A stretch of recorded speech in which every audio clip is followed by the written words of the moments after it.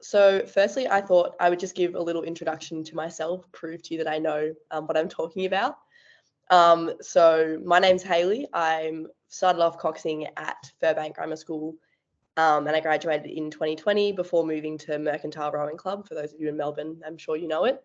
So I went through there. I did 2 seasons of youth where I coxed youth men and youth women. I was lucky enough to make the Vic Youth 8s for both of those.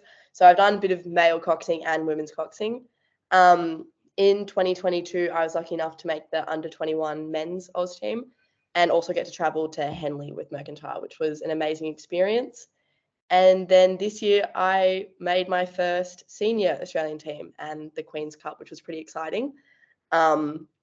So in the Oz Women's 8, we won a bronze at World Champs, which was very, very exciting, definitely a career highlight. And as a result of that, I was invited to the NTC for this coming year. So that's where I'm currently based, up in Penrith, New South Wales at the Women's NTC. And I also did a little bit of coaching back when I was in Melbourne. So I've been all over the place and have done a fair bit. I think a fun little fact about my coxing journey, just to kick us off, is in 2021, when I was in under 21 still, I was invited to trial for the 23 and under 21 Oz team. But I actually got cut on the last day of trials. I was the very last person to be cut and I didn't make a team. I was pretty upset, obviously. It's never fun when you don't make something. But sort of use that a bit to fuel the fire to keep going, and obviously ended up making a team the following year. So I think it's just a nice way of showing you won't always make it on your first attempt. It's just you have to be willing to keep going even when things at first don't go your way. So even I've had many, many knockbacks throughout my rowing journey, but eventually made it here. So yeah.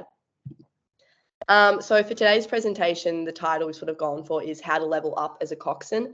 And I've sort of split that into 3 key areas. So we're going to look at off the water, on the water, and then just some general tips and tricks. So off the water, we'll look at things like tools and rigging, weight management, and learning to coach. And on the water, things like your bread and butter of steering, calls, how to be a coach in the boat, boat feel, and all that sort of stuff. And general tips, we're going to look a bit more at things like goal setting, coxing identity, and nominations in making teams. So starting off the water. The reality of any high-level rowing program is that a lot of time is spent in small boats. So by small boats, I mean things like pairs, singles, or even coxless fours or quads. This is also true in school programs if you row pairs or singles, or even just with time spent working in the gym or on ergos. So what does that mean for a coxswain if you're not actually getting to spend a whole lot of time in a boat? I like to think of it as it provides opportunity to contribute to your team in different ways.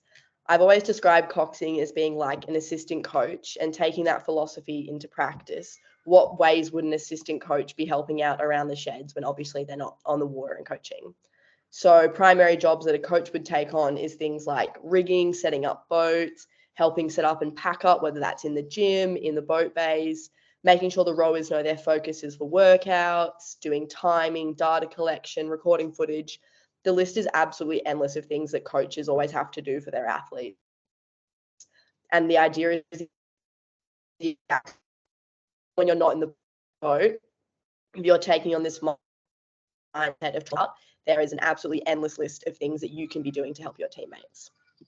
So starting off with that is tools and rigging. If you want to help out around the coach like an assistant coach, you're going to need a bunch of tools. Every good cox should have their own set of those.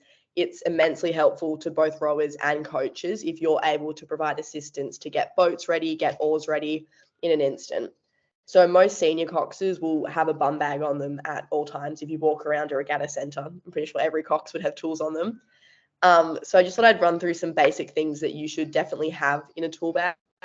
So 10 mil and 13 mil spanners, obviously for doing riggers. Flathead screwdrivers and Phillips head screwdrivers are essential. Star tools and concept tools are needed to change oars. If you have a concept tool, I'm pretty sure that'll be everyone's favorite. They're so easy to use and fantastic for setting oars. So definitely get your hands on those if you need to set a lot of them. Measuring tape, Allen key, and a shifter or a wrench are just absolute basics. Every cox should be owning them. Some other useful things, which I think helps elevate your bum bag to the next level, is duct tape and gaffer tape. If you have this, it can be super easy to make quick changes, whether it's putting some tape on slides or labeling things, whatever it may be. Duct tape always comes in handy. Spare nuts, bolts, and washers. The amount of times that things break on the water is a bit too often. So if you've got spares on you, it means you can often fix things on the go rather than having to end a session early. So definitely try and get a little spare kit together, whether it's in like a little plastic bag or something, is always super helpful. Medical tape, obviously blisters are a big part of rowing. So if you've got medical tape or strapping tape, you can do it on the water. And surprisingly, lip balm, something that my rowers are constantly asking for. So if you're a little tub of that, can be really helpful. A bonus tip is color code your tools. They're a hot commodity at any rowing club. So if you can color code yours in some way, whether that's with duct tape or spray painting them, it'll be much, much more likely that you'll get them back if you lend them. So definitely try and color code them if you can. Obviously, coming with tools is rigging. And something that I don't think is emphasized enough to coxers is investing the time in learning the basics of rigging. Again, it's immensely helpful to rowers and coaches if you can provide assistance in getting boats and oars ready. So take the time to learn how to do this. I think at a minimum, coxers who are wanting to progress should know how to set oars, measure a rigging setup, so things like gate height, feet height, and efficiently rig and de-rig boats. This is obviously a starting point. You can go further to be learning how to pitch boats, change the wiring throughout boats for obviously like your coxing equipment, altering the foot stretcher, all that sort of stuff. Again, the list is kind of endless in what you can learn. Understanding the setup of boats can also help you better understand the biomechanics of rowing. Obviously, different boats are set up in different ways. Different rowers have different preferences. Different coaches will have different philosophies. If you're able to understand the reasoning behind this, it helps you better understand the rowing stroke, I think. And then as a result, when you're coxing, you're able to better explain things because you have a deeper understanding. I was lucky enough to have coaches offer to spend time teaching me how to do these things, but I also then spent a lot of my own time practicing the skills that I was taught. So I would ask people to leave their singles or pairs out after training sessions just so I could practice measuring them. Or before regattas, me and other coxers would get an 8 down and then go through and measure the whole thing and whatnot. Initiative is a massive part when it comes to learning these areas and making sure you understand fully how to do them on your own. So you have to be willing to take the time to do it yourself. An important part of elite level coxing is not only your ability to help increase boat speed, but minimize the boat slowing down. So part of this is ensuring you're able to make the FISA weight limit of 55 kilos and being able to hold yourself stable within the cox's seat, whether that's a 4 or an 8. So I would define those two areas as strength management and weight management. So just with weight management, firstly, some disclaimers. The requirement to make a weight limit should only ever be considered by coxers who are over 18 years old. No one under 18 should ever be asked or seeking to alter their body weight for sporting purposes. It's just not necessary and not needed in any way, shape, or form.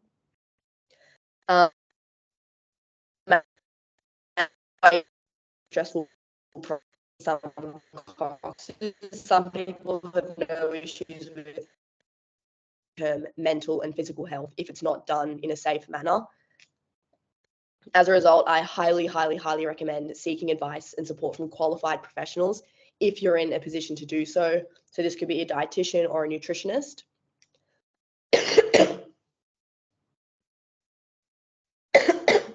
Sorry. And if you don't have access to these, definitely read up on the guidelines published by Rowing Australia in regards to helping weight management. Additionally, coaches should be inherently aware of the pressures you're placing on coxers around weight management. If you're unsure how to best support your coxers with it, again, refer them to professional support or read up on the guidelines regarding weight management.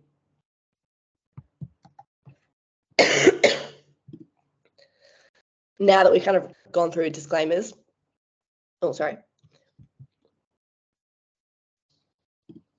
how to best manage your weight. So the overarching theme with this is take a long-term approach. It's never beneficial or easy to alter your body weight in a few weeks leading up to competition or even a few days. Set out a long-term plan that allows you to make gradual changes over time rather than drastic steps. So this can include things like additional exercise, making swaps in your diet, or looking to build muscle mass. Again, speak to a registered professional or refer to the RA websites for more specific advice. Next is remember that your brain is also a muscle and it needs fuel. If you're drastically underfueling, it's highly unlikely your coxing is going to be good on the water because your brain just won't be functioning properly. And drastically underfueling also impacts your mood. Rowers and coaches will not appreciate sorry.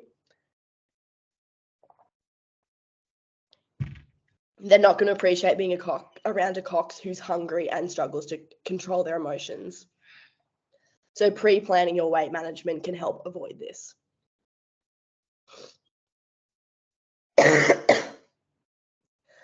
Understand your body weight may need to fluctuate. For some individuals, it's not healthy or realistic to sit at 55 kilos all the time, and that's perfectly okay. Again, setting out a plan for yourself to see when you need to be on weight and periods that you don't allows you to have fluctuations without stressing too much. And lastly, knowing the weight management looks different for everyone. There's no right way to manage your weight, only healthy and unhealthy ways. Always ensure that you're aiming to be healthy in your processes, and that when you are healthy, it'll make you the best coxswain you can be in the long run.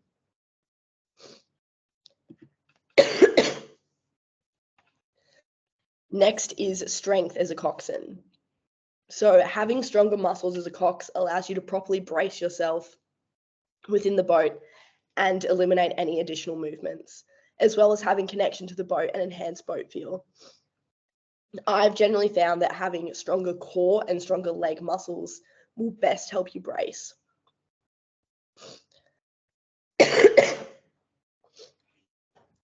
So the easiest way to do this, I found, is circuit work.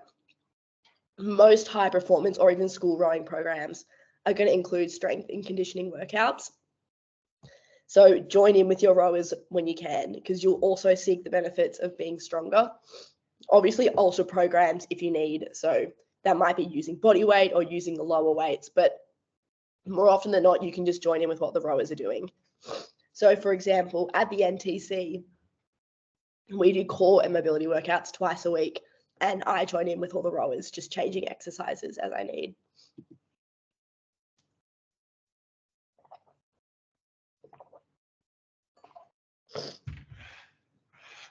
So the last bit of off the water stuff is learning to coach.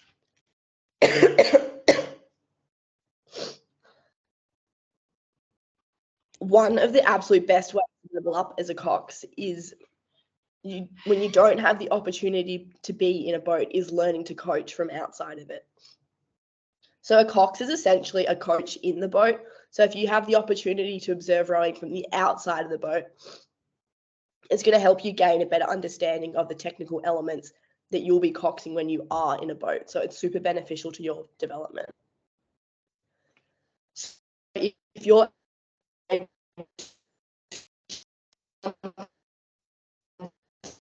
right along and put yourself in their shoes, if you were coaching, what feedback would you be giving to a crew that you're watching? Watching a variety of rowing is really helpful too. It doesn't matter if it's school crews or senior crews. If you're able to observe and pick up on what they're doing well and what they could improve, it's going to help your coxing skills in the long run.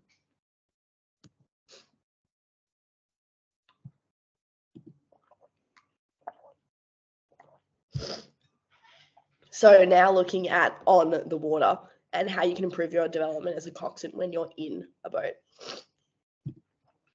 So firstly is how to run an effective session. So what I mean by this is how to best aid your coach.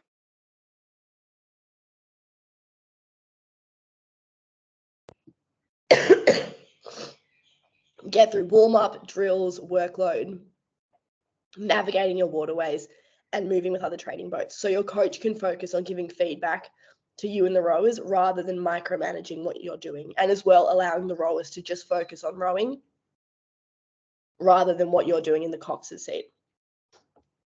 So there are a few key elements to be able to help run a session effectively and relatively independently. So firstly, know your warm-up, know your session plan. Discuss with your coach before you get on the water what they want you to do and when they want you to be doing it.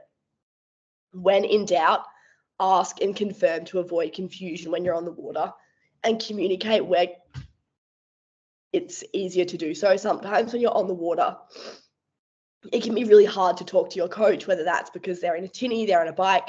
It can be really difficult to sometimes get messages across.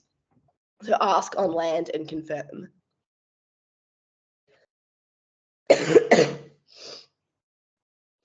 Next is knowing your coach's preference on training groups. So what I mean by this, if you're getting on the water with a bunch of other boats, does your coach want you to stay together, or are they happy for you to be splitting up throughout the session?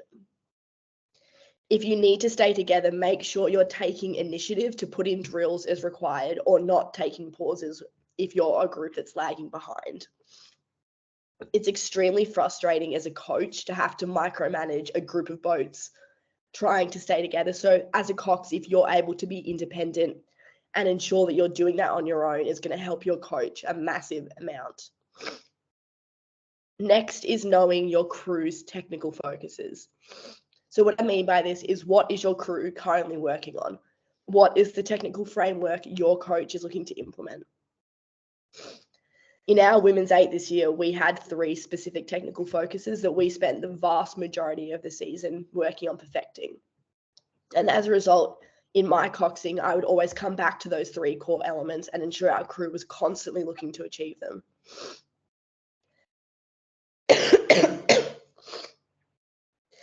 This isn't to say that you shouldn't pick up on other technical elements based on what you're seeing and feeling in the boat, but where possible, try and incorporate what your coach is looking for and ensure that you're translating a super clear framework to your rowers so that they know what they can replicate. It's a lot easier for your crew to focus on smaller and less diverse technical focuses, and rather just hone in on 1 or 2 at a time. So if you're able to do that and bring it back to what your coach is looking at, your crew is more likely to make long-term progression. Next is making the most out of your designated workload and drills that your coach has allocated. So firstly, in terms of drills and pauses, I will always aim to have a good chunk of paddling in between doing different drills, to allow your crew time to implement the changes that you're working on in the drill and focus on that in the continuous before you move to your next drill.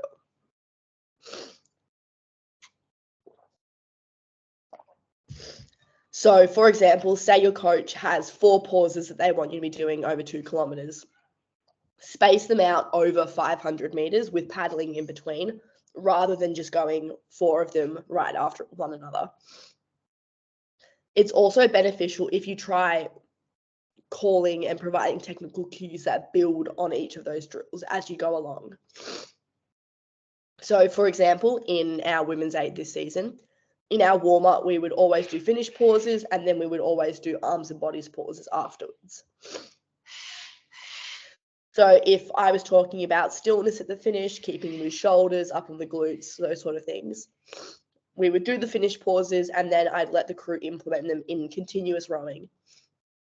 And then as we went into our second pause at arms and bodies, I'd be providing cues to make sure that we kept going with our good.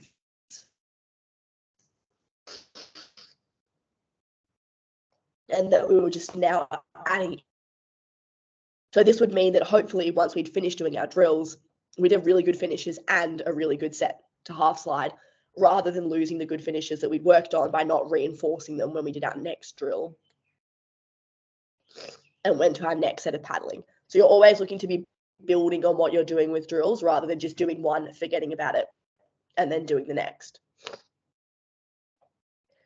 Next, in terms of workload and running an effective session, how you move through designated workload can have a massive impact on how well the overall session is going to run.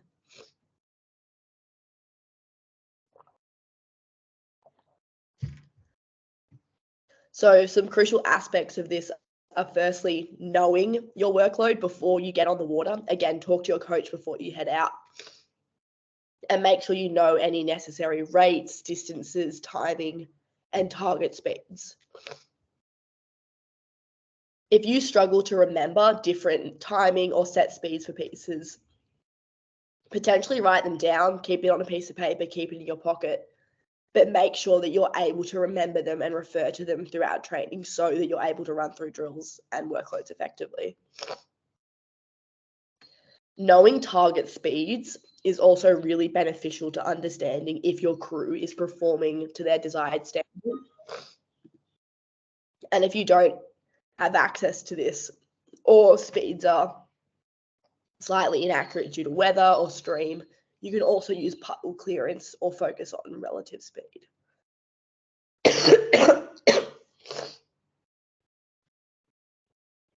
So what I mean by this, by relative speed, is say that you're starting at a 150 split. Every time that you change rate, you want your splits to be dropping with those increases in rate.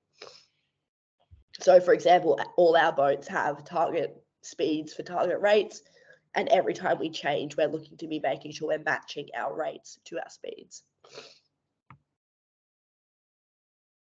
The next advice I'd have for workload is being really clear about your intentions throughout the piece. So for example, if you're doing step rates or 19-minute pyramids, what are your focuses for those different steps?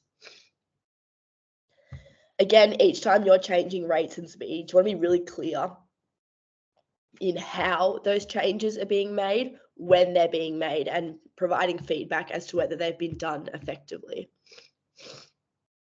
So again, at our training center, we have a very distinctive way that we change rates.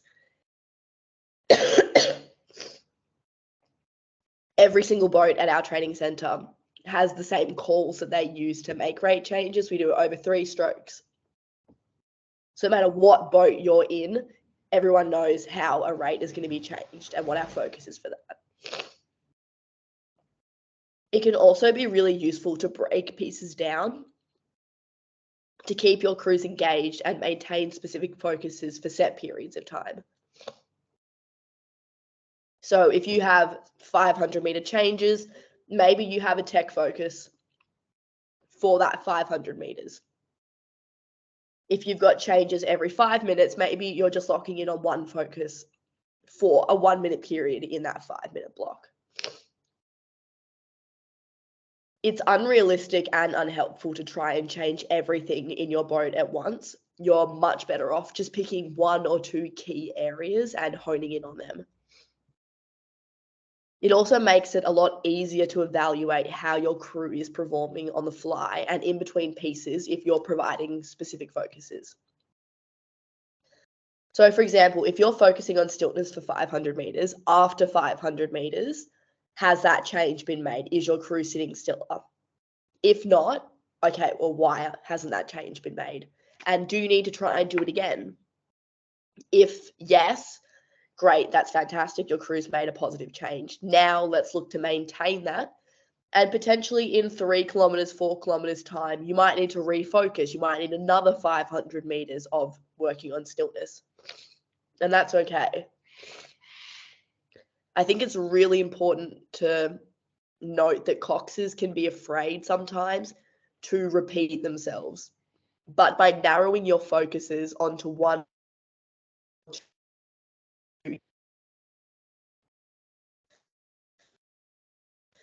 set your crew up, hammering home. Repetition is not a bad thing, and having a narrow set of focuses for a session is a good thing because it lets you make sure you absolutely nail those and then can build on them. Again, our women's 8, sometimes our pre-row chats, we would literally be like, okay, we're going to sit still.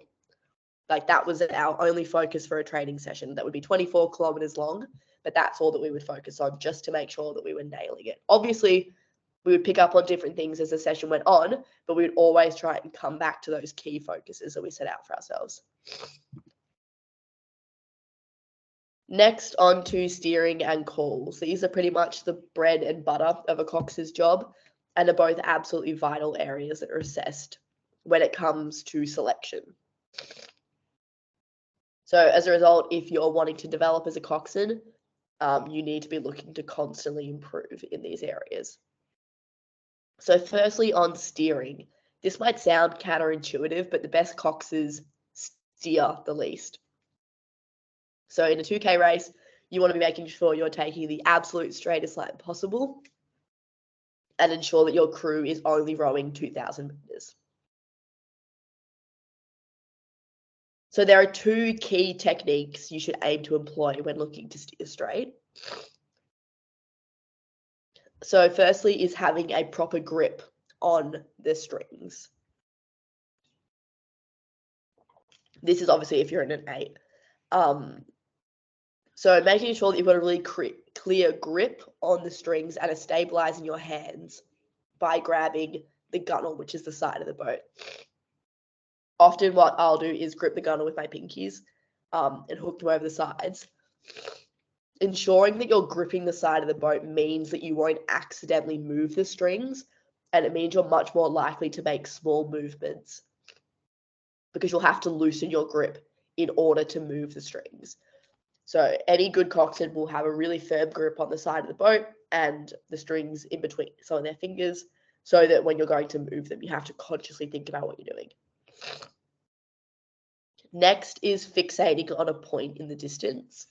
So pick a landmark on the horizon that gives you a clear point to aim towards, and then just make sure that you keep aiming for it over however many kilometers.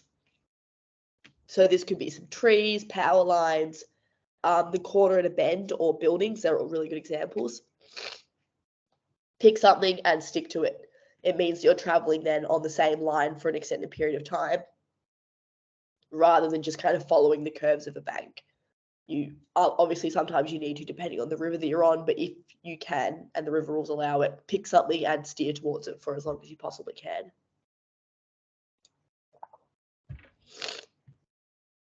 The next point with steering, which isn't usually spoken about enough, is you have to take time to analyze your steering.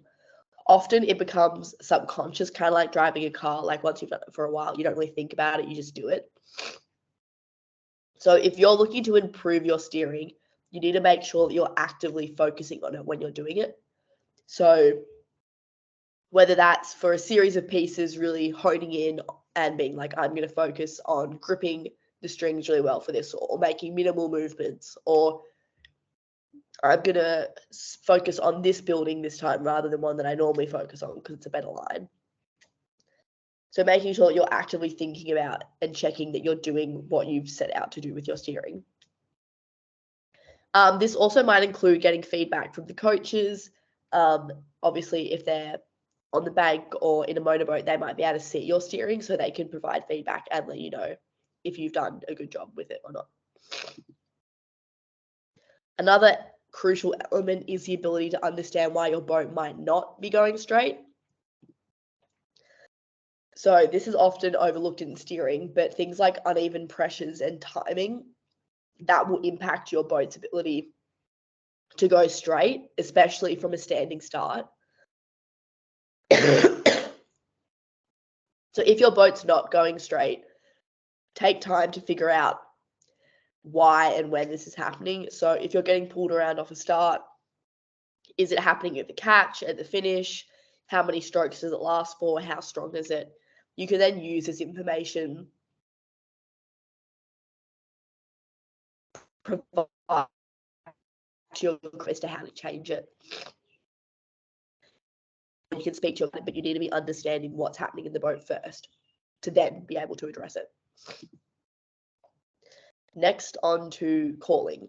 So there's no single, I believe, that a cox can make calls in training or racing. They just need to make sure that you're being clear and concise and understood by your crew. So over my recent seasons and different campaigns I've been on, these are some focuses which I've picked up on, which often go unnoticed by coxes and coaches, but they can make a massive difference in your performance. So firstly, if it works for your crew, reuse it. If it doesn't, ditch it. So what I mean by this is different calls will work for different crews, but don't assume that because something works for one crew or one boat, that doesn't mean it's going to work for yours. This in particular can be applied to coxing recordings. Obviously, they can be an excellent tool to help you learn and give you ideas for new calls, but don't assume everything you hear is going to work effectively for your specific crew. For example, if you take like American coxers, they love to count in their recordings, which personally is something I would never do. And most coxers at a senior level from other countries wouldn't either. So don't assume just because you hear it on YouTube that it's going to be an effective call. Another example is I've heard coxers use the word sharp, drop, quick, jab, punch, hook, all sorts of words talking about the catches. And while they all talk about the catch, they're all slightly different and the messages that they convey are slightly different. So have a think about the specifics of what you're saying and if it's the most effective wording for your crew and what you want them to be doing. I know that my crew last season, we didn't like to use the word sharp at the catch because we thought it made everyone a bit too tense. Whereas I had crews in years before that sharp was their favorite call. So it'll vary from crew to crew. So make sure you take time to understand what works for them and what doesn't. Next is giving an appropriate amount of reaction time. This is something that's really crucial, I think. Depending on how you structure a call will impact the amount of reaction time that you give. So sometimes you want a quick response. So make sure when you're doing that, you're coordinating the now or your call to action with enough time for your crew to process it, even if it's a quick change. So for example, calling at the recovery or at the finish so that they know what to do on the following catch. If you're telling your crew to do something at 3/4 slide for that catch, that's not a very long period of time for them to process what you want them to do. And they're probably going to struggle to make the change. So if you call things too late, often crew members will miss out on the go or will be behind in the change, which ruins the effectiveness and disrupts the flow of the boat. So for example, in my Women's 8 this season, we use the term quick response as a call that I use when the crew needed to make a change ASAP. So this would be for elements, technical elements or power focuses that we've been working on consistently. So they all understood how to apply the change with minimal explanation from me. So for example, we had a term called face out, and I could be as simple as, I need face out here, right? Quick response, go. And they could do that super quickly and super effectively, and it didn't require a long build up for me to do. For other changes though, you will need more explanation. And this is where something like counting the crew in, so in 1 now or in 2, 1 now, or asking them to make the change over 3 strokes, 5 strokes, giving them the chance to build it in. The better you're able to coordinate a crew to make a change together, the more effective the change is going to be. This applies for racing and in training, but obviously in racing, you need to consider you have limited time. So you can't be taking forever to make changes. And this is where it's super crucial that you're clear and concise in racing. So that if you are making those quick responses, saying, I need something, I need it right now, it needs to be as simple as possible and your whole crew understanding what that change is.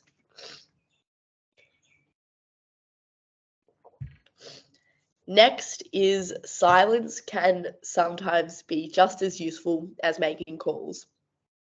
This might sound counterintuitive because obviously a lot of coxers think that their job is just to talk, but periods of silence actually allow your rowers to process what the boat is doing and what they're feeling, as well as giving you time to process what you're seeing and what the boat's feeling. It also allows rowers time and rest from focusing on your calls. If you're constantly talking, sometimes that can end up almost being like white noise and the rowers will sort of zone out to what you're saying. If you break it up with periods of silence, when you do start speaking again, they're going to be more tuned into what you're saying. You can give direction for your periods of silence. So you could say, crew, I want you to listen into the wheels on your seat, or we're in rhythm here, I'm going to go quiet and I just want us to keep sitting in this. Listen to the puddles, listen to the boat. So that's providing them some direction. Or you can just go quiet and let them direct their focuses, let them figure out what they're hearing and what they're feeling underneath them. Silence is a really beneficial tool, and I think it's something that really highlights a mature coxswain from those who are maybe still coming through the ranks. So if you're able to figure this out earlier on, how to sprinkle in bits of silence, it can really help you long term. And at first it can be daunting to take that time to not say anything, but the more you do it and the more you experiment with it, the better you can get at it, and the longer you can almost go without feeling like it's a weird, awkward pause. The next area I want to talk about, I think, is a highly underused tool in a coxswain skill set, and that is something called boat feel. So I would define boat feel as the ability to translate what physical sensations you're receiving from the boat and what is happening in regards to the crew's technique and power application. So for example, if the boat is feeling really jolty at the catch and you can feel your back smacking into the cox's seat, or if you're on a four, maybe your neck is banging into the headrest, what is that telling you about what the boat is doing? This is an area of coxswain development that primarily can only be led by the cox, because you need to take conscious time and effort to try and interpret what feedback the boat is giving you.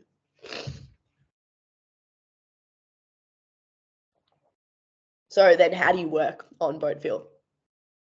My first piece of advice would be choose specific areas of the stroke to practice analysing first. The easiest of these is probably the catch, through the dry phase and the finish. So I suggest you pick one of them and spend a couple sessions taking note of what you feel. Is it smooth? Are you staying central, or are you shifting side to side in the boat? Is it one movement, or is it kind of jolty and disconnected? Once you have a clear understanding of what you're feeling, start trying to apply your understanding of the rowing stroke to what your crew is doing. Talk to your coach and use the visual information you receive in the boat. So if your crew has a tendency to swipe at the water at the catch, what's that telling you? If your coach has been talking a lot about connection in the front end, what's that telling you? Think about this additional information as kind of clues to what you're feeling. From this, you can start piecing together all these little bits of information to start coaching what you're feeling. So if you feel a jolt at the catch and your coach has been talking about the catch a lot and you see the blades missing water at the catch, putting that all together probably means your crew is potentially missing out on a good catch or a clean catch. So then, okay, that's what's happening and I can feel that's happening. What calls do I have that I know help fix my crew's catches, or how can I help fix this? Once you've made those calls, then you can start recognizing if what you're feeling has changed. If it was feeling really jolty before and you were kind of slamming around in the cox's seat, is it now feeling smoother? Can you see the blades going in better? Use those clues to figure out what you're feeling and if the change has been made.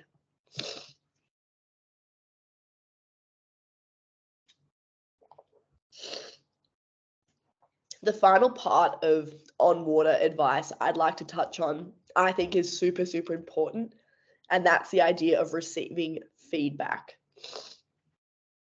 While rowers are attuned to constantly receiving feedback from coaches and their coxes in general are not usually very good at receiving feedback themselves. And this is just a generalization. You may feel that that doesn't apply to you. But most coxes struggle to take feedback on, get defensive when it's given to them, or to make substantial changes to implement it.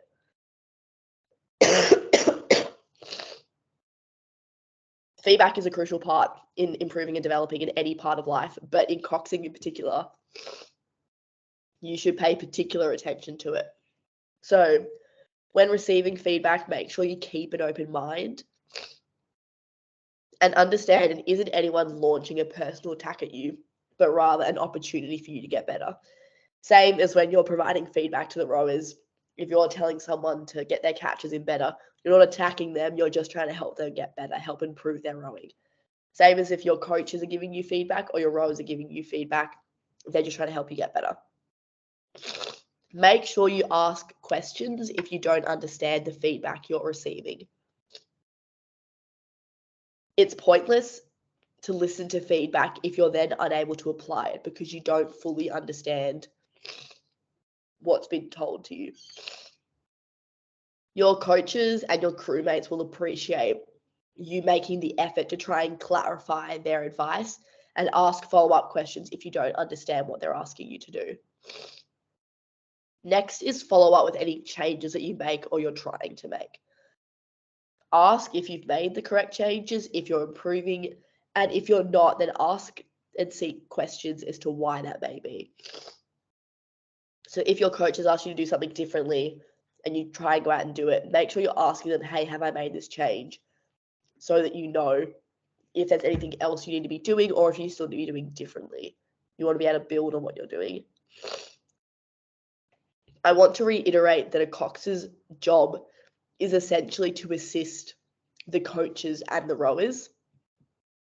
So it's absolutely vital you check in with them regularly to ensure what you're doing is in the manner that best helps them. I would send out text messages, ask people after sessions constantly if they had feedback for me, if I was doing something better, did they like it when I did this? It's the only way that you're going to know for a fact that you're getting better, that you're improving.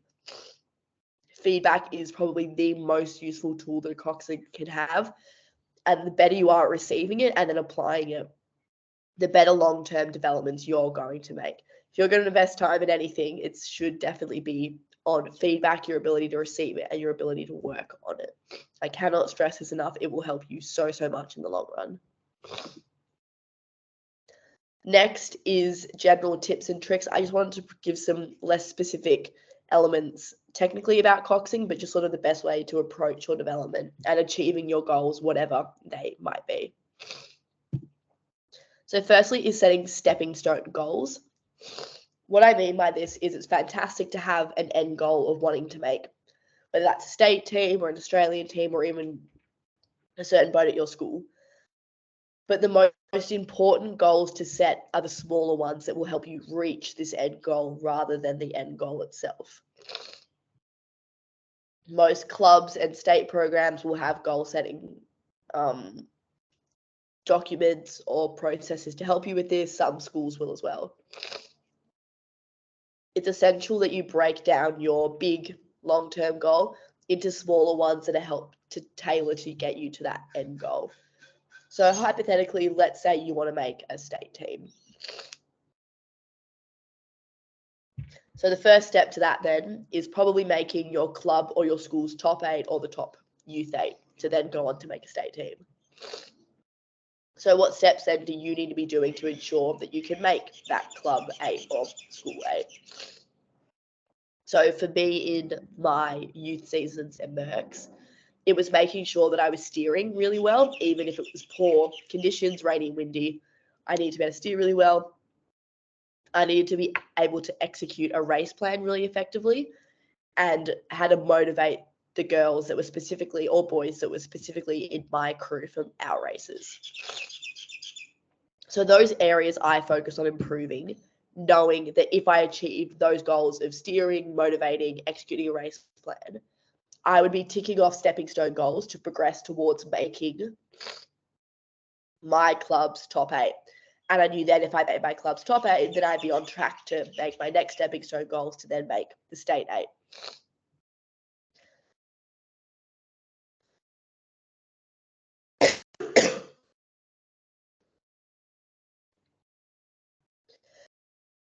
So just to best ensure you're setting yourself up to progress towards your ultimate end goal is really important.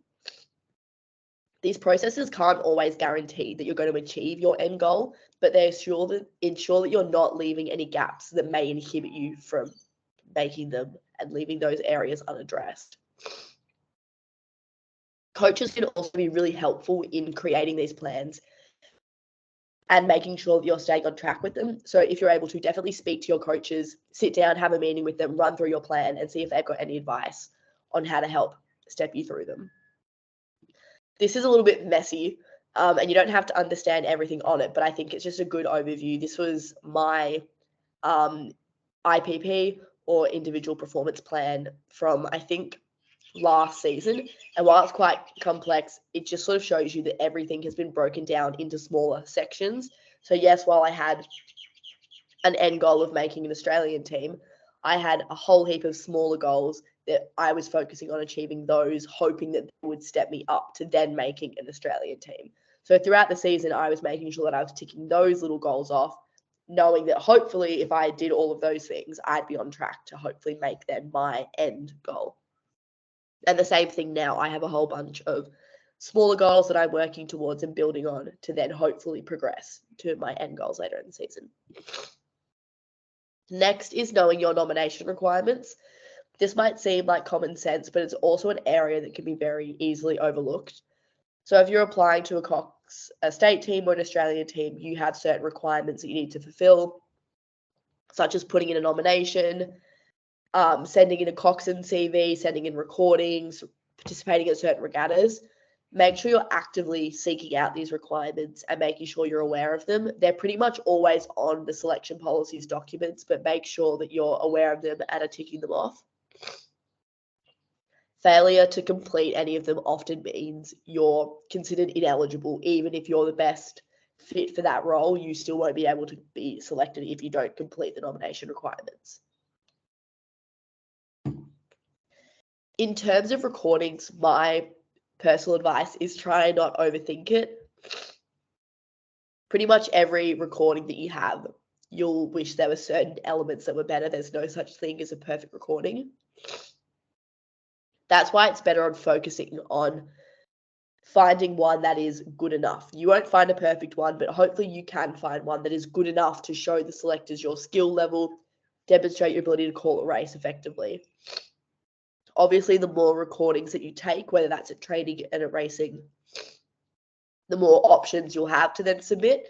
But yeah, you're never going to find a perfect one, no matter how good you may be or how impressive your resume is. There's no such thing as a perfect one. So just look for one that is good enough to show your skill level. Next is treat other coxers as your friend, not your enemy.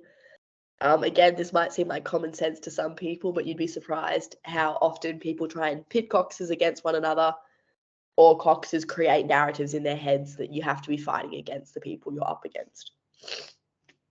While yes, it can be hard when you're going for the same spot on a crew or on a team as another coxswain, there is something so special that can be found in the shared experiences that only a few people understand. There are some things about coxing that are pretty hard to relate to unless you're a cox yourself.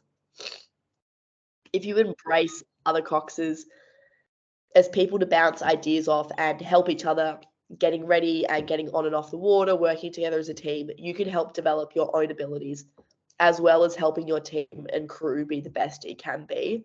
Some of my best friends are coxers that I've trialed against over the years, and I'm so thankful that we've always been able to work together effectively to help each other out and be good friends, regardless of who's ended up making a boat. It can be so beneficial to have other coxers in your corner to help you get better and to bounce ideas off. So definitely treat them as your friend, not as your enemy. At the end of the day, it can be more beneficial to have people in your corner than people against you. Next is becoming a student of the sport. This might sound kind of silly, but it can be really beneficial depending on the type of learner that you are. So if you're someone who's quite book smart or really enjoys school, use this to your advantage.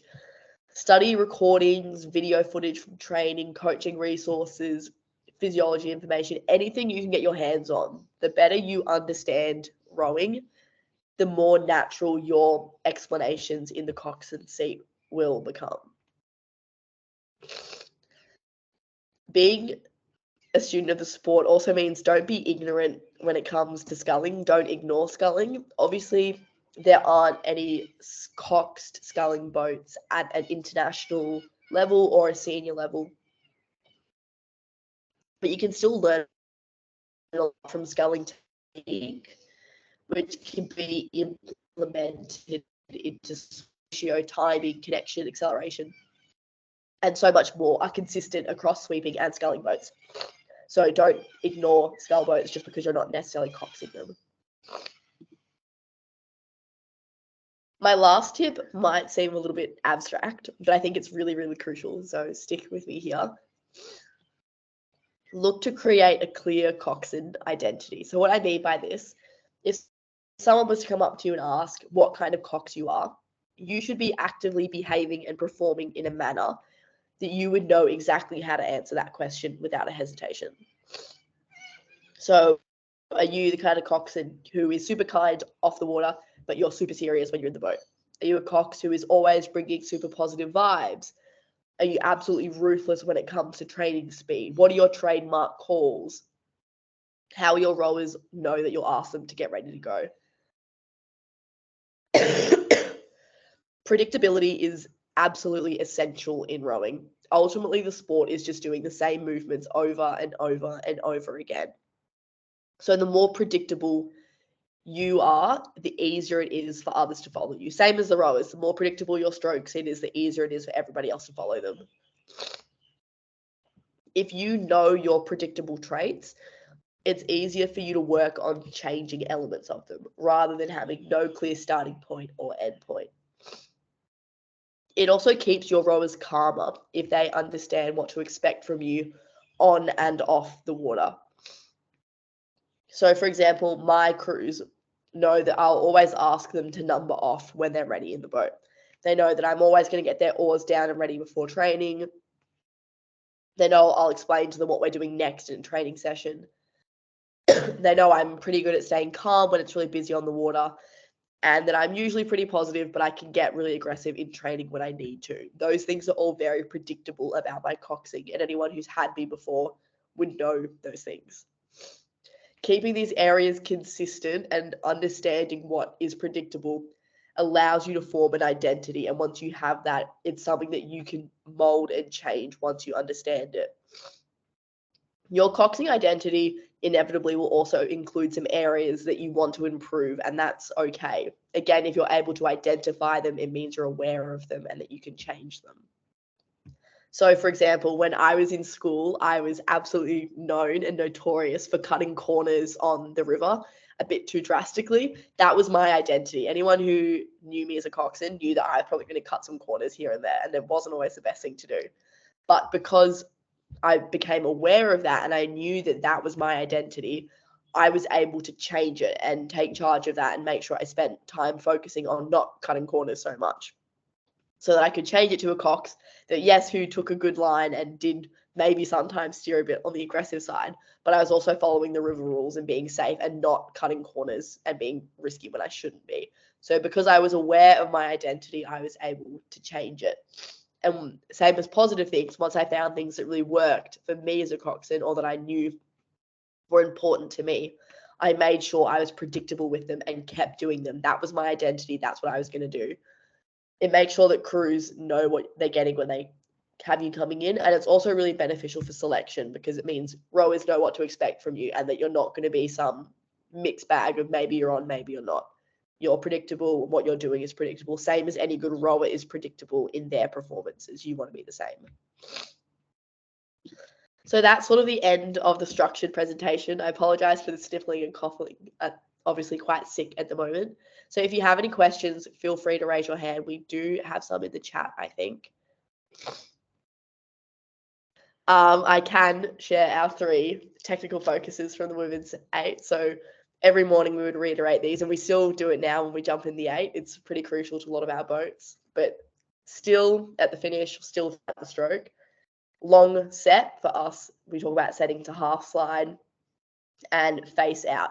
And face out for us is talking about our position at the catch and where our eyes, chest, face are relative to the rest of our body. So you're looking for that chin over the inside knee. So every single morning Don, our coach, would ask us what are our focuses, and all 9 of us would say still long set, face out. Every single session without fail, those are our focuses. And then we just kept it as simple as that.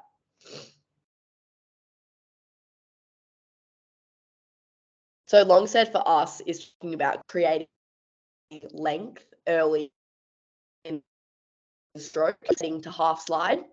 And making sure that once we were set at half slide, we weren't looking for any more length. Once your bodies are over at half slide, you would just roll out to the catch, have your legs break, and you weren't looking for any extra length. You weren't lunging at the catch, you weren't extending your shoulder anymore, you were just stopping at the catch without looking for any more.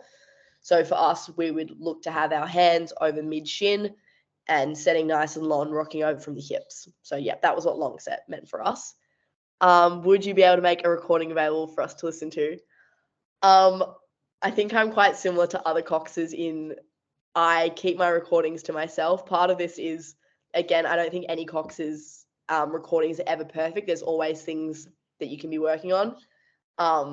So I keep mine to myself. But in saying that, there's definitely some fantastic ones on YouTube. I'd recommend anything from David Webster, who's an ex-Australian coxswain, or anything from coxes who are from Oxford Brookes in the UK. I definitely recommend listening to Australian and UK-based coxes more than Americans, just because I think the American style is quite different.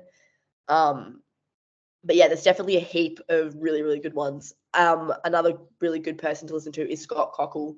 He's a GB-based coxswain. Again, he's got some fantastic recordings. But yes, I apologize. I tend to keep mine to myself, as I think most senior coxes tend to do.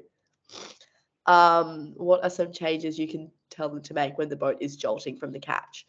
Yeah, so generally, if you're finding jolt at the catch, it generally means that what's happening is the crew is not placing before they start the drive phase. The jolt is essentially the boat is still moving one direction and they're jolting it the other way. That's why you feel a shake. So anything then that talks about connecting and placing before you start the drive phase is going to help stop the catch. So anything placement related is really good, but also it's really important to think about, okay, if your crew is jolty at the catch and they're not placing very well, sometimes you need to think earlier on in the stroke. If they're not placing at the catch or they're not placing well, maybe they're not setting up properly to quarter. Maybe they're not getting set up properly at the finish.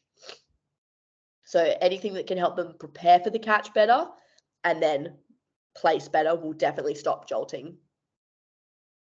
In terms of standing out at trials when there isn't a lot of time to get to know the crew and the coaches, firstly is definitely confidence.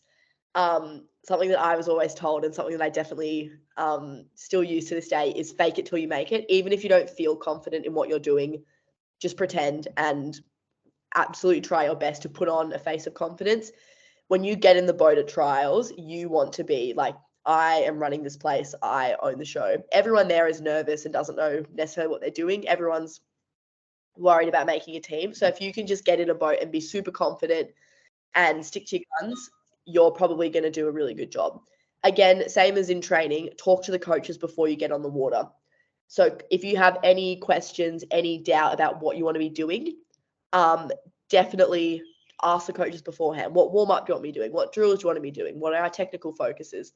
If you can be confident in asking the coaches and have as much knowledge as you can before you get in a trials boat, it means when you get in there, you can just be the leader that you want to be, try and be really positive, and then hopefully fake it till you make it into acting like you know what you're talking about, even if you're feeling really nervous. And yeah, I would also say keep it really positive. Again, a trials boat is often just trying to make the boat go as well as it can. Feel like it's a scratch crew. It's not going to be perfect, but if you're able to be positive and build changes, that's what's going to make the biggest difference. So confidence and positivity, I would say. What are some common things you notice through the boat? What do they look and feel like from the cox's seat? So again, I think the easiest things with boat feel are probably catch, finish, and through the drive phase. So I've spoken about it a bit, but the catch is definitely, if you're feeling jolt or like shaking at the catch, that is definitely very common and something that is probably the easiest thing for a cox to notice. So definitely look out for the catch.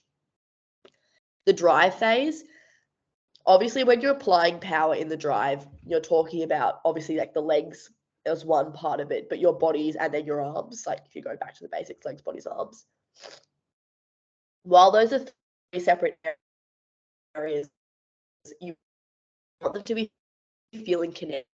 Sometimes if you're feeling jolty in different parts of the drive, or it doesn't feel like your boat's moving continuously, that can be a sign that your drive phase isn't well connected or that the crew isn't driving together. So definitely you want to be feeling a continuous movement through the drive phase, a continuous press. But if you're feeling like you're moving around a lot, that usually means it's disconnected or that your boat isn't running flat. Sometimes you can feel in the drive the boat actually go up and down, and that's obviously not beneficial. Then obviously at the finish and the recovery, you want the boat to be still. You don't want to be moving around and having extra movements in the recovery or at the finish. So feeling, is your weight shifting on the coxswain seat? Is it tipping around? Is it kind of rolling? Any extra movements is something that you don't want during the recovery. So a lot of the time you're looking for a really still boat and a really continuously moving boat. If you're feeling a lot of extra stuff happening, that's usually a sign that the boat isn't running as well as it could. How do you know it? Notice when rowers need to make a tech change. So for tech changes, there's sort of two key areas. One is obviously visuals, what you see. In an 8, that's easier because obviously you're facing everybody. So you want to be looking at what's happening. The blades will tell you the most because that's what you can see the best in the coxswain seat. Definitely looking at what everyone's blades are doing. You want, in general, everyone to be doing the same thing. So if someone's doing something different, that's usually an indicator. They might be doing the right thing, but if they're doing something different, that's a good starting point to then figure out, are they doing something wrong that is different from everybody else, or are they doing the right thing and everybody else needs to change? So definitely looking at blades. You can also obviously see like bits of people's bodies, whether that's their head, their shoulders, depending how close they sit to you, you might see a little bit more. So you can look at their bodies as well. That can tell you a lot. So for us, again, in the women's 8 with facing out, a really good visual cue for me was I wanted to be able to see from the coxswain seat. I needed to be able to see all the way down to the bow of the boat. If I couldn't see that, that meant our crew wasn't facing out properly. So visual, and then again, boat feel. If you're feeling different things about the boat, that's an indication that a crew needs to make a technical change.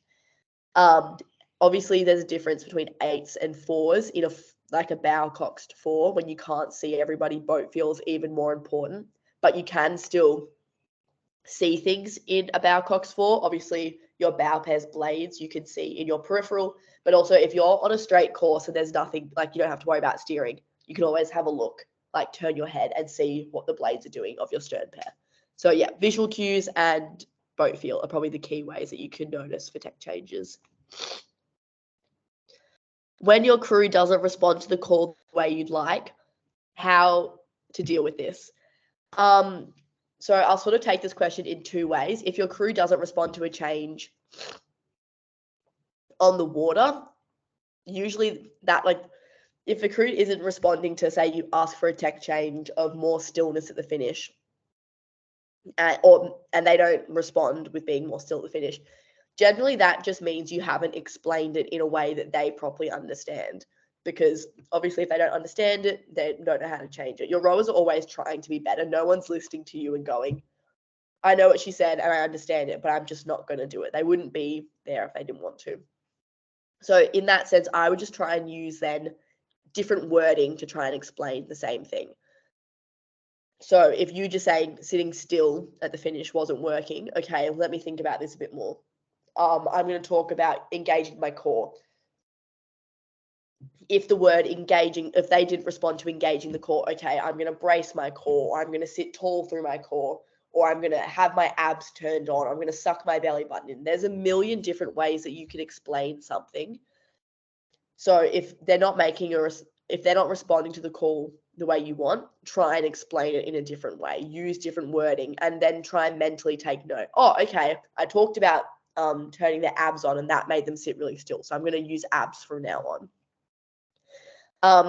you can talk about this. I think it's really, really beneficial, again, with the idea of feedback. Talk to your rowers after a training session. You can, if you can't figure it out on the water, be like, hey guys, like, I was making calls about turning your abs on and I didn't think that was working. What did you guys think? A lot of the time, just talking things out and communicating will have a really beneficial impact for the crew, because then they can just tell you what they thought. Oh, I didn't understand what you meant when you said this, or oh, I kind of got it when you talked about your abs, but when you were talking about sucking your belly button in, that worked really well for us.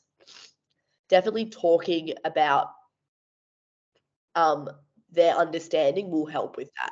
So yeah, definitely just talk to your crew off the water if they don't completely understand it. When your boat is continuously leaning to one side, what calls can you make apart from checking heights to fix this? Timing is a massive influence. A boat is doing things at different times. So if that's at the finish, say, or at the catch, if people are tapping out of the water at different times, or if they're placing at different times, that's going to have a massive, massive impact on balance and often can cause the leaning. So if handle heights look fine, definitely check your timing. Like, look at the finish. Are they all stepping out together? Is one side coming out early? And at the catch, is one side placing first, then the other side? So definitely timing will impact balance a heap. Also with handle heights, I think it's easy for coxers sometimes to be like, oh, their handle heights are the same. Like if you're doing quarter slide pauses, say, oh, their handle heights are the same at quarter slide, so therefore it's not handle heights. Check handle heights throughout the stroke. Sometimes you'll have people who tap out at the finish and go really well to quarter slide, but then they'll vary their handle heights as they come forward. So handle heights can also be throughout the stroke, same with timing. But yeah, definitely timing is another really big one when it comes to balance. Would you say that conversational coxing or yelling is more effective? Does it depend on your crew? I think it depends on your crew, but I think any good coxswain is able to do both. Obviously, if you're yelling for 5 kilometers straight, that's not very helpful. But if you're talking to your crew very conversationally in like a 2-kilometer race, that's also probably not very helpful. Both are very good at different points for different things. You need to be able to balance doing both of them. I always like to think that when you're talking about technical changes, that's like when you want to be more conversational and more explanatory in what you're doing. But when you're looking for power or racing pieces, that's when yelling is more effective. But in saying that, even in racing, you want to still have those moments of calmness. Again, if you yell too much, your crew's going to just zone out completely. Or if you just talk too much, they're going to zone out completely. You need to have those periods of highs and lows so that their brain has time to actually focus on what you're doing. So yeah, there's a time and place for both of them. I think that's all the questions that are currently in the chat. If you have any other additional ones, oh, sorry, there's another one. What is the most effective way to call for tech changes or tech 10s in a race? With racing, again, a race is a relatively short amount of time in comparison to training. A race only lasts 8 to 6 minutes, depending on how good you are. You don't have a whole heap of time to be making really long-winded explanations as to what you're doing. So I think the best way to make tech calls in racing is actually set up in training, and that's establishing wording that your crew knows really well. So if your tech focuses, again, I'll just use like still long set face out from our women's 8, while those are only very simple wording, all of us who were in that crew could go on really long explanations about what those 3 pieces of terminology meant and what it like long set actually meant for us. So that meant that when it came to racing, if we needed to make a really quick technical change, I could be like, long set now, or we're missing our long set. Let's like reset this, so that it was really easy and effective for us to make that change. And then if I needed to, we could quickly reset it. So definitely having terminology that you can come back to is really crucial for racing. So those tech focuses are really clear, especially as well racing. You're obviously working to your physical maximum, your brain is not working very well as a rower because you're trying to push through so much lactate. If your cox is sitting there giving you massive explanations, you're probably not going to be able to process much of it. Whereas if they have just long set now, your brain can lock into that muscle memory. Like, yeah, long set, I know what I'm doing. So I definitely work on that in training. And I think it's really important in racing if you're asking for a tech change or in training, but let the crew know if they've done it. So if you tell them to sit taller and sit stiller in a race, have they done that? Has it made a change? Are they doing it better? Let them know, because that builds positive momentum. If you're in a race and whether you're winning or losing, if your cox tells you to do something and they're like, yes, like you've made a change, you're sitting stiller, like that's better, or we've just dropped a split point, going far, they're going to be like, oh, hell yeah, like that simple changes, and let them know when they've made the change. And don't be afraid to just stick on a change for a while. There's no point. If you keep throwing too many things at them, they're going to get overwhelmed. So feel free to be like, I'm going to sit still. Yeah, still, like repeat things. Really good, guys. It's working. Just keep doing things. Often should you be silent for how long? It's on the situation. There's no right or wrong answer. Again, it depends on what you're doing. Sometimes you could say to your crew, guy, if say you've got a really long training session, like for us on Saturdays, we row 24 kilometers, which takes a while. So you can say, guys, I'm going to go silent for a minute here. I'm going to go silent for a full minute and let you do your thing. I'm going to go silent for 3 minutes. That might be a bit too long, but you could give them 60 seconds to focus in on listening to the boat and letting it run. Whereas if you're doing, say, 3 kilometer pieces during training, that's not super long. So maybe then you're only going to be silent for, it might be 5 strokes. It really depends on what you're doing and how long you're doing it for. Even racing, sometimes you can have silence for 1 or 2 strokes. You don't have to be talking an entire race. But obviously a 2K race is quite short, so it might only be 1 or 2 strokes. So it depends on the situation, but generally I would base it on how long what you're doing is and what kind of work you're doing is. Some tips for marshalling, especially in the wind. So with marshalling, I would firstly know the rules about how long you're able to marshal for. Some racing's 5 minutes, some's 10 minutes in terms of when you have to be at the start line. So make sure you know that before getting on the water. And then I would be arriving as late as possible to that designated start time. So for us overseas, we had to be marshaled 10 minutes before racing time. So I knew if it took us, like our warm-up would take us pretty much exactly 40 minutes. So I would get us on the water with exactly 40 minutes until that 10-minute starting time window so that we would get there dead bang on 10 minutes beforehand. This just means that you're not waiting around at the start line. So because obviously the point of a warm-up is to be ready for racing. If you're warming up but then sitting at the start line for 20 minutes, that's not going to be helpful for racing. This is even more important in wind.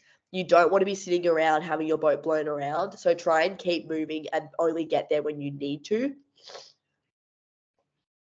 Marshalling is a massive part of keeping your crew calm and prepared for racing. So definitely if you're anxious or nervous, that's okay. Like you're allowed to be. But try and not display that to your crew. Again, fake it till you make it. You want to be presenting an aura of confidence and calmness. So make sure when you're giving instructions, whether that's backing into the starting blocks, changing lanes, whatever it might be super directive, like bow side touching now, stroke side checking now. So there's no question in what you're doing and your crew's like, oh yeah, my cox knows what they're doing. So that helps build confidence for racing.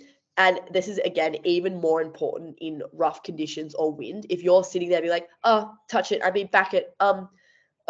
If you're freaking out and panicking, your crew's not going to be very attuned to listening to what you're saying. They might start to panic themselves, and that's when things are just going to get messy. So definitely plan what time you're getting to marshalling, and then just be really calm and confident in what you're doing. Like, do not hesitate with your decisions. Just be like, you are doing this, we're doing it now. Worst comes to worst, say you start touching it on bow side and you've touched it too far. Okay, stop there, bow side, stroke side, touch now. As long as you're calm, your rowers will listen to what you're saying. So just be directive, make a decision. You can always change it later. I'm trying to think of any other specifics for the wind. I guess just be potentially slow when it comes to coming into the blocks. Obviously, with the wind, your boat can move around a fair bit. So just be aware, are you going to be moving faster because of the wind? Like if you're backing it and the wind's going with you, make sure that you don't go too fast because then you might damage your boat. So just be careful and take note of which way the wind's blowing. The earlier you figure out the way the wind's pushing you, the better you can be at managing it. So take note of, is it a crosswind, a headwind? The faster you figure that out, the faster you can start to counteract it. Sophie has her hand up, so if you have a question, Sophie.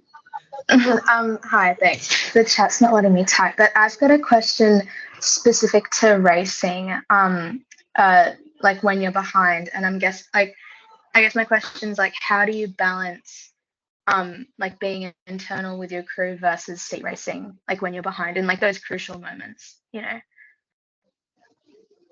Yeah. Yeah, being behind in racing is definitely a hard thing. It's a lot easier to lead a race from the front.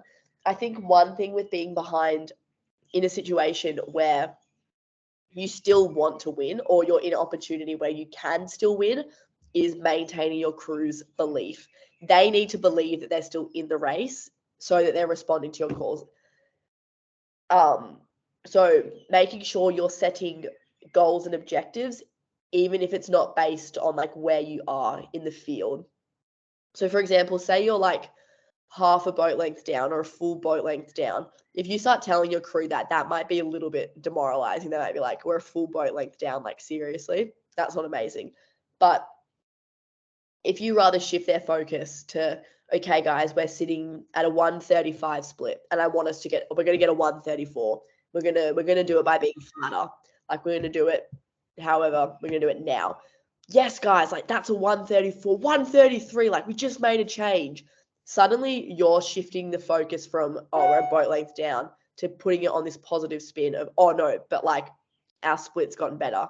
Or as I was saying before, if it's a tech focus, guys, we're gonna sit up taller. Yeah, like we're doing it. We're sitting up tall. That's better, guys. Yes. Suddenly, again, you're keeping that focus positive.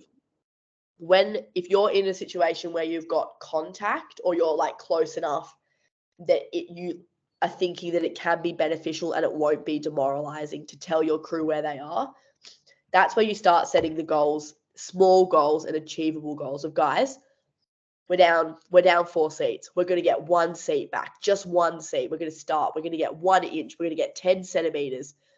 You need to stepping stone goals. That's what we're going to focus on. And you just keep going for that small stepping stone until you reach it. So if it's going 1 split point faster, keep going for that 1 split point. If it's getting 1 seat, you're going to go 1 seat at a time. Then you can start edging your way back into the race. To keep it positive, you just need to be setting goals for your crew and then letting them know when they achieve it, whether it's tech focus, speed focus, distance focus, whatever it might be. Another way of doing it as well is if you feel like your crew is getting really external and they're not focusing on what you're doing, is again breaking down training or racing into chunks. If it's a 2K race, you might go, okay, guys, the next 250 meters, you're going to focus. We're just going to focus in our boat. We're just going to focus on sitting up tall. Or guys, I need you to really focus in on my voice, on my calls for the next 300 meters. Yeah, this is really crucial. Focus on me. We're going to set really long here, or we're going to get our catches in. That can keep it really positive and keep the crew upbeat and focus on what you're doing rather than, oh my God, we're behind. As well, don't underestimate the importance of emotion and what your crew will do to support each other, and that can sometimes be more powerful than a tech change. One of our races from this past season at the World Championships in a repechage. We ended up coming from like maybe it was 3/4 of a boat length down and rowing through a crew in the last like 300 meters, and our crew didn't necessarily have a very good wind. That was pretty uncharacteristic for us, but it was just honing in on the emotions of what our crew wanted to do and setting really specific, like, bow pair, you're going to do this for 10 strokes. Yes, bow pair, you've done that. That's a goal. We've ticked that off. We've gained a seat. 3 and 4, you're going to do this for 10 strokes. Yes, we've done that. Tick it off. The focus was on our crew, on our girls and our rowers, and making sure that everyone was feeling supported and like, yeah, like getting around each other. We're doing this for each other, rather than, oh my God, we've got 300 meters left and we're still behind. Like, no, we're focusing on us, what we can do, and we're moving. We're giving positive reinforcement. Like, yes, this is working. We're moving. We're doing it. It's all about how you frame what's happening and how you take control of the situation. Ultimately, if they're not looking out of the boat, if they're being good rowers and just keeping their head in the boat, you're the one who's spinning the narrative. So if you can keep it positive, regardless of what's happening around you, then you can be in control of making sure that they're still keeping that belief, even if you're behind in a race. I hope that makes sense. Yeah, thank you.